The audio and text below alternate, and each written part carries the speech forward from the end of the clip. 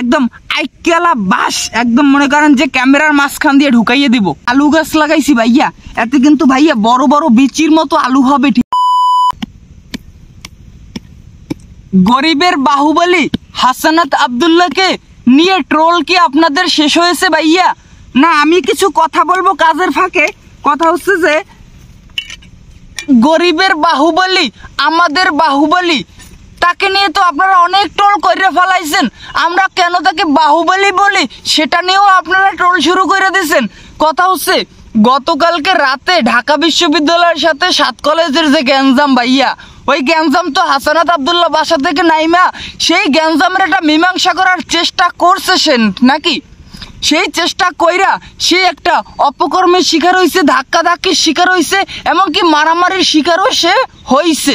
ঠিক আছে, আমি বলি যে সেইখানে কিন্তু এই হাসানাত আব্দুল্লাহ ঠিক আছে জানের ঝুঁকি ছিল, জানের ঝুঁকি ছিল না, তারপরেও কিন্তু সে চেষ্টা করছে। কারণ কি, সে হচ্ছে স্বাচ্ছা দেশপ্রেমিক। আওয়ামী লীগকে বলতেছি, ঠিক আছে, আপনাদের নেতা আরেক রাষ্ট্রে বৈশা কর্মীদের উস্কাইয়া ঠিক আছে অপকর্মের দিকে ঠেইলা দিয়া ঠিক আছে ওই নেতা আর সম্মুখে বৈশা কর্মীদের সাথে নেতা রাজপথে হাঁটার যে একটা মন মানসিকতা, দেশপ্রেমিক, এই দুইটা নেতার ভিতরে কিন্তু ভাই আকাশ পাতাল তফাৎ। কি বলছি বুঝাইতে পারছি ভাইয়া? এখন হচ্ছে ভাই কথা হইছে বাহুবলী হাসানাত আব্দুল্লাহকে কেন আমরা বাহুবলী বলি ভাইয়া? হ্যাডাম আছে দেখাই বাহুবলী বলি, হ্যাডাম না থাকলে কিন্তু বাহুবলী বলতাম না। কি বলছি বুঝাইতে পারছি? যারা যারা এই যে ভালো মানুষগুলোর পিছে লাগেন, সুবিধাবাদী মানুষগুলা, আপনাদের বলি ভাইয়া, আপনাদের কি ঘুমের ঔষধ শেষ হয়ে গেছে নাকি ঘুমের ঔষধের ডেটও বার হয়ে গেছে ভাইয়া? ঘুম যদি ভাঙ্গা যায়, ঘুম কিন্তু পরান্য ঔষধ আমাদের কাছে এখনো রিজার্ভে আছে ভাইয়া, মজুত করা আছে ভাইয়া। নগদ তৎনগদ যখন ইচ্ছা ভাইয়া খাওয়াইয়ে দিতে পারবো ভাইয়া। 36 দিনে কিন্তু দেশ স্বাধীন করে পালাইছি ভাইয়া। 36 দিন লাগবে না ভাইয়া আপনাদের ঘুম পড়াতে। আর কি করছি বুঝাইতে পারছি ভাইয়া? বিগত দিনের বাংলাদেশের রাজনীতিবিদরা ভাইয়া 16 বছরে যা করতে পারে নাই ভাইয়া, ছাত্ররা কিন্তু তা 36 দিনে কইরা দেখাইছে ভাইয়া। একটু হিসাব নিকাশ কইরা করবেন, যা করবেন। বুঝাইতে পারছি ভাইয়া?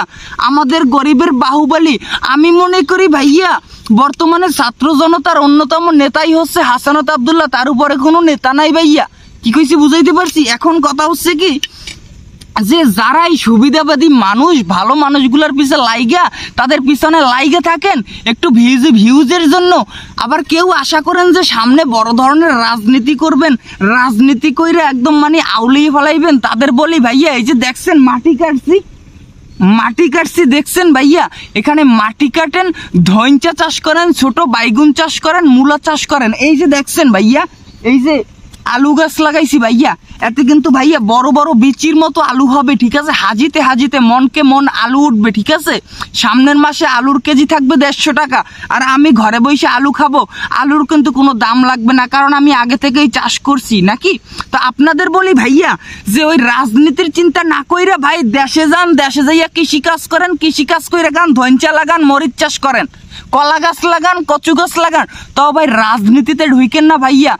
পই পই কইরা আপনাদের বলি ভাই, পই পই কইরা বলি, তাও আপনারা শুনেন না ভাই। রাজনীতিতে যে চিন্তা ভাবনা আপনারা করতেছেন ভাইয়া, ওই চিন্তা করেন না। এরপরও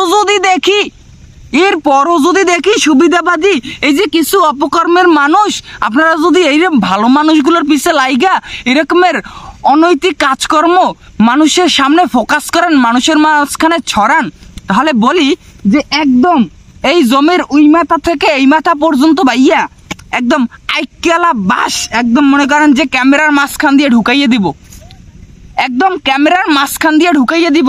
কি কইছি বুঝাইতে পারছি ভাই? আবারও বলি ভাইয়া, ঘুম যদি ভাঙ্গা যায়, ঘুমের ঔষধ কিন্তু রিজার্ভে পর্যাপ্ত আছে। তো অত লাফাইয়েন না, একটু সুস্থ থাকেন।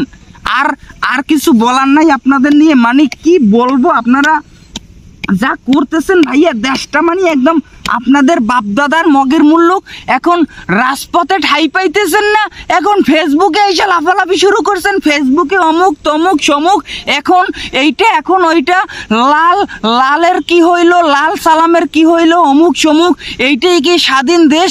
ভাইয়া 16টা বছরে কি হয়েছে সেটা কি ভুলে গেছেন? আর আপনারা 1 দিন 2 দিন 7 দিন 6 মাসের কাহিনী একদম তুলে ধরতেছেন। হ্যাঁ, আর কথা বাড়াতে চাচ্ছি না, আপনাদের সাথে আর কোনো কথা নাই, কাজকর্ম করি। আল্লাহ হাফেজ।